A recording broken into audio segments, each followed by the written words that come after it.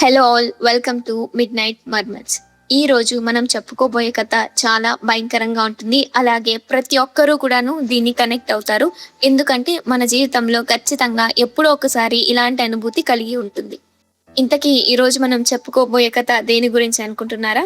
Girls హాస్టల్లో ఆ రాత్రి. మన జీవితంలో మనం ప్రతి ఒక్కరూ ఎప్పుడో ఒకసారి హాస్టల్లో ఉండుంటాం.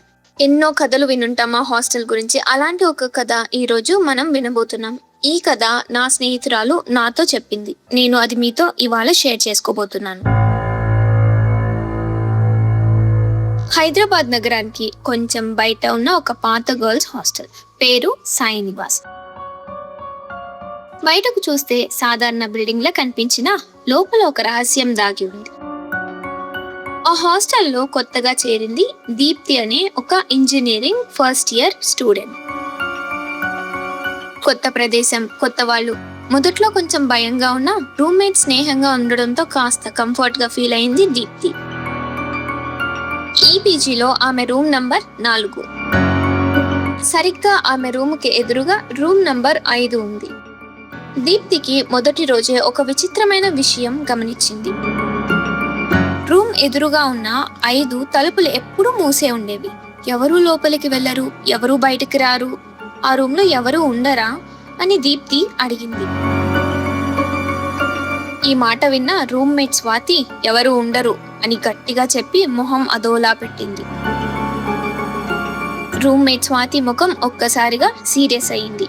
అది లాక్డ్ రూమ్, దాని గురించి ఎవరూ తెలుసుకోవాల్సిన అవసరం లేదు అని కోపంగా చెప్పి అక్కడి నుంచి వెళ్ళిపోతుంది స్వాతి.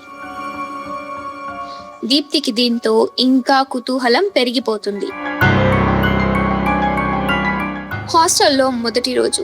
ఆ రాత్రి 1 గంట అయ్యింది. దీప్తికి ఇంకా నిద్ర రావట్లేదు. అందరూ నిద్రపోతున్నారు, కానీ దీప్తికి మాత్రం నిద్రే రావట్లేదు.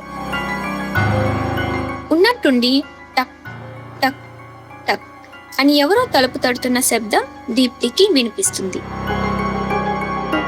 దీప్తి కళ్ళు తెరిచి చూస్తుంది. చూడగా అక్కడ ఎవ్వరూ లేరు. ఈ టైంలో ఎవరు అని ఆమె నిదానంగా లేచి తలుపు దగ్గరకు వెళ్ళింది. తలుపు ఓపెన్ చేసింది. ఎవరూ లేరు, కానీ ఎదురుగా ఉన్న 5 నంబర్ తలుపు కొంచెం తడబడినట్టు కదులుతోంది. అది లాక్డ్ రూమ్ కదా. దీప్తి దగ్గరకు వెళ్ళి చూసింది. తలుపు కింద నుంచి చల్లని గాలి వీస్తోంది. ఉన్నట్టుండి లోపల నుంచి ఒక స్వరం. దీప్తి. ఆమె గుండె ఒక్కసారిగా బలంగా కొట్టుకుంది. ఎవరు? స్పందన లేదు. ఆమె భయంతో వెంటనే తన రూమ్ కి తిరిగి వచ్చేసింది. మరుసటి రోజు దీప్తి హాస్టల్ వాచ్మెన్ ని అడిగింది, 5వ నంబర్ రూమ్ లో ఎవరు ఉండేవారు? వాచ్మెన్ ముఖం మారిపోయింది. ఏమండి, ఆ రూమ్ గురించి అడగకండి అని వాచ్మెన్ అన్నాడు. అలా అనగానే ఎందుకు అని దీప్తి అడిగింది. కొంచెం సేపు ఆలోచించి ఆ వాచ్మెన్ ఇలా చెప్పాడు. సరిగ్గా 3 సంవత్సరాల క్రితం అక్కడ ఒక అమ్మాయి ఉండేది. పేరు నేహా. ఆ అమ్మాయి చాలా మంచిది. ఒకరోజు ఆమె రూమ్ లోనే తను ఆత్మహత్య చేసుకుని చనిపోయింది అని వాచ్మెన్ చెప్పగానే దీప్తికు చాలా భయం వేసింది. చాలా షాక్ అయింది దీప్తి. ఆ తర్వాత రాత్రుల్లో ఆమె ఏడుపు వినిపిస్తుందని అందరూ అంటారు.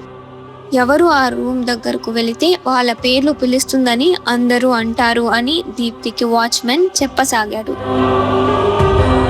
ఇదంతా విన్న దీప్తి చాలా భయపడుతుంది. ఇంకా చేసేదేమీ లేక తిరిగి తన హాస్టల్కి వెళ్తుంది దీప్తి. ఇంకా ఆ రోజు రాత్రి దీప్తి ఆ విషయాన్ని మర్చిపోవాలని చాలా ప్రయత్నిస్తుంది. కానీ ఆ రాత్రి మళ్ళీ అదే శబ్దం. టక్ టక్ టక్. ఈసారి తలుపు కాదు, కిటికీ దగ్గర. దీప్తి నెమ్మదిగా కిటికీ తెరిచింది. బయట ఎవ్వరూ లేరు, కానీ గాజులో ప్రతిబింబం కనిపించింది. ఆమె వెనుక ఒక అమ్మాయి నిలబడి ఉంది. జుట్టు మొత్తం ముఖంపై పడిపోయి ఉంది. కళ్ళు కనిపించవు. దీప్తి ఒక్కసారిగా వెనక్కి తిరిగి చూడగా అక్కడ ఎవ్వరూ లేరు. కానీ కిటికీ గాజులో మాత్రం ఆ అమ్మాయి ఇంకా కనిపిస్తోంది. ఆమె నెమ్మదిగా దీప్తి చెవిలో చెప్పింది, "నువ్వు నా రూమ్కి రా." అది వినగానే దీప్తికు చాలా భయమేసి వెంటనే దుప్పటి కప్పుకొని పడుకునేస్తుంది. మరుసటి రోజు పొద్దున దీప్తికి అసలు ఏం జరుగుతోంది అని తెలుసుకోవాలన్న కుతూహల మరింత పెరిగిపోతుంది. దీంతో దీప్తి ఎదురుగా ఉన్న 5 నంబర్ రూమ్ తలుపు దగ్గరకు వెళ్తుంది. వెళ్ళి నిలబడగా తలుపు తెరిచి ఉంటుంది. ఇది చూసిన దీప్తి ఆశ్చర్యపోతుంది. తలుపు లాక్ లేదెందుకు, ఇది లాక్డ్ రూమ్ కదా అని అనుకుంటూ నెమ్మదిగా తలుపు తెరుస్తుంది. లోపల పాత బెడ్, పాత టేబుల్, గోడల పైన అంతా స్క్రాచ్ మార్క్స్, మొత్తం రూమ్ అంతా దుమ్ము పట్టిపోయి ఉంది. సరిగ్గా అదే రూమ్లో దీప్తికి ఎదురుగా ఒక అద్దం కనిపించింది. దీప్తి ఆ అద్దం ముందుకు వెళ్ళి నిలబడింది. ఆ అద్దంలో దీప్తి తనను తాను చూస్తుండగా అక్కడ మరొక రూపం కనిపించింది. ఆ రూపం మరెవరిదో కాదు, నేహాదే. ఆమె కళ్ళు నేరుగా దీప్తినే చూస్తున్నాయి. ఇదంతా గమనిస్తున్న దీప్తికి వెన్నులో వణుకు పుడుతుంది. ఎలాగైనా ఇక్కడి నుంచి వెళ్ళిపోదాం అని ప్రయత్నించే లోపు ఆ అద్దంలో నుంచి ఒక గొంతు వినిపిస్తుంది. "నన్ను ఎందుకు వదిలేశారు? నేను ఒంటరిగా ఉన్నాను ఇప్పటికీ" అని ఒక గొంతు వినిపిస్తుంది. అలా గొంతు వినిపించిన వెంటనే అద్దం పగిలిపోతుంది. దీప్తి గట్టిగా అరుస్తుంది. గదిలో గాలి గట్టిగా వీస్తుంది. తలుపులు మూసుకుపోతాయి. దీప్తి బయటకు రావడానికి ఎంత ప్రయత్నించినా కూడాను తలుపులు తెరుచుకోవు. దీంతో దీప్తి గట్టిగా కేకలు పెట్టసాగుతుంది. మరుసటి రోజు ఉదయం హాస్టల్ మొత్తం కలకలం. రూమ్ నంబర్ 5లో ఉన్న దీప్తి ఎందుకు ఇలా చేసింది అని అందరూ దీప్తిని ప్రశ్నించసాగారు. "ఆ తలుపులు తీయొద్దు అన్నా ఎందుకు తీసావు, అక్కడికి ఎందుకు వెళ్ళావు" అని దీప్తి స్నేహితురాలు స్వాతి కూడా దీప్తిని అడిగింది. కానీ బెడ్ మీద ఒక అమ్మాయి కూర్చుంది. జుట్టు మొత్తం ముఖాన్ని కప్పేసింది. ఆమె నెమ్మదిగా తల ఎత్తింది. అది ఎవరో కాదు, దీప్తినే. ఇలా తన స్నేహితులు, వార్డెన్ అందరూ అడుగుతున్నా కూడాను దీప్తి ఎవ్వరికీ సమాధానం చెప్పలేదు. అందరినీ నెమ్మదిగా చూస్తూ ఉంది. ఇంతలో స్వాతి దీప్తి కళ్ళల్లో ఏదో గమనించింది. ఆమె కళ్ళల్లో ఇంకొకరు ఎవరో ఉన్నట్టుగా దీప్తి గమనించింది. ఆమె నెమ్మదిగా నవ్వుతూ స్వాతి వైపు చూసింది. "ఇప్పుడు నేను ఒంటరిగా లేను, నాకు తోడుగా నువ్వు ఉన్నావు" అంది. ఇది విన్న స్వాతి ఎదురుగా ఉన్న 5 నంబర్ గది వైపు చూస్తుంది. చూడగా ఆ గది తలుపు తెరిచే ఉంది. దీంతో దీప్తి వెంటనే, "ఆ గది వైపు చూడకు, ఇప్పుడు నేను ఒంటరిగా లేను, మీరందరూ నాతో ఉన్నారు" అని అంటుంది స్వాతితో.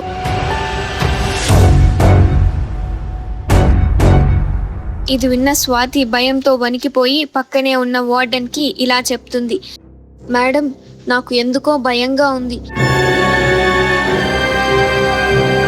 దీప్తి ఆ గది తలుపులు తెరిచి గదిలోకి వెళ్ళిందిగా, ఆ గదిలో ఉన్న ఆత్మ దీప్తిలోకి వచ్చినట్టుంది. వాళ్ళ తల్లిదండ్రులకి చెప్దాం" అని స్వాతి వార్డెన్తో అంటుంది. వార్డెన్ కూడాను భయంతో "అవును, చెప్దాం" అని వెంటనే దీప్తి వాళ్ళ తల్లిదండ్రులకు కబురు చేస్తారు. వెంటనే ఆ రోజు సాయంకాలం దీప్తి వాళ్ళ తల్లిదండ్రులు హాస్టల్ దగ్గరికి చేరుకుంటారు. దీప్తి వింత ప్రవర్తన చూసి తల్లిదండ్రులు కూడాను చాలా బాధపడతారు. తనలో తానే నవ్వుకోవడం, ముఖం మొత్తం వింతగా మారిపోవడం, కళ్ళు వింతగా మారిపోవడం ఇవన్నీ గమనించిన దీప్తి తల్లిదండ్రులు వెంటనే తనను ఎవరైనా ఒక మంచి స్వామి దగ్గర చూపించాలని అక్కడి నుంచి తీసుకెళ్లిపోతారు. అలా దీప్తిని వాళ్ళ తల్లిదండ్రులు ఎంతో మంది స్వాముల దగ్గర చూపించగా ఒక స్వామి చెప్తాడు, ఈమెలో ఒక ఆత్మ ఉంది. దీప్తి చేరిన హాస్టల్లోనే తనలోకి ఆ ఆత్మ వచ్చింది అని ఆ స్వామి చెప్పి ఎలాగైనా సరే నేహ ఆత్మను దీప్తి ఒంటిలో నుంచి తరిమేయడానికి ప్రయత్నిస్తారు. మొత్తానికి నేహ ఆత్మను దీప్తి ఒంటిలో నుంచి తరిమేస్తారు. కానీ నేహ మళ్ళీ వెళ్ళి అదే హాస్టల్లో చేరుతుంది. అదే గదిలో ఉంటుంది. దీప్తికి నయం అవడంతో దీప్తి మళ్ళీ ఎప్పటికీ ఆ హాస్టల్కి తిరిగి రాదు. కానీ నేహ ఆత్మ మటుకు మళ్ళీ తిరిగి అదే హాస్టల్కి వెళ్ళిపోతుంది. ఇప్పటికీ అంటారు ఆ హాస్టల్లో రూమ్ నంబర్ 5 లాక్ చేసి ఉంచుతారు. కానీ రాత్రి 1 గంటకి ఎవరైనా వినగలిగితే టక్ టక్ అనే శబ్దాలు వస్తాయి. కానీ అది తలుపు శబ్దాలు కావు. ఎవరో కొత్తగా వచ్చిన వాళ్ళని పిలుస్తున్న శబ్దం. నేహ ఆత్మ మటుకు ఎప్పుడూ అదే హాస్టల్లో ఉండిపోయింది. అక్కడికి కొత్తగా ఎవరు వచ్చినా సరే వాళ్ళని తన వశం చేసుకోవడానికి ఏదో ఒక ప్రయత్నం చేస్తూనే ఉండేది నేహ. ఇలా దీప్తి లాంటి ఎంతో మంది అమ్మాయిలు నేహ వల్ల చాలా బాధపడ్డారు. కానీ ఆ హాస్టల్ యాజమాన్యం ఎలాంటి చర్యలు తీసుకోలేదు. దీంతో ఈ వార్త ఊరంతా పాకి అందరూ ఆ హాస్టల్లో చేరడం మానేశారు. దీంతో ఆ హాస్టల్ ఎప్పటికీ మూతపడిపోయింది. ఇలాంటి కథలు మనం ఎన్నో వినే ఉంటాం, లేదా చాలా మంది ఇలాంటి కథలు చూసే ఉంటారు. కోరికలు తీరకుండా చనిపోయిన మనుషుల ఆత్మలు అక్కడే ఉంటాయని చాలా మంది నమ్ముతారు కదా. అలానే నేహ ఆత్మ కూడాను ఎప్పటికీ అక్కడే ఉండిపోయింది. మీ జీవితంలో కూడా ఇలాంటివి ఏవైనా విన్నారా, లేదా మీరే అనుభవం చెందారా? కామెంట్ సెక్షన్లో మాకు కామెంట్ చేసి చెప్పండి. ఈ కథ మీకు నచ్చింది అనుకుంటున్నాను. మరిన్ని ఇంట్రెస్టింగ్ హారర్ స్టోరీస్తో మీ ముందుకు వస్తాం. అంతవరకు keep watching midnight murmurs. Thank you all.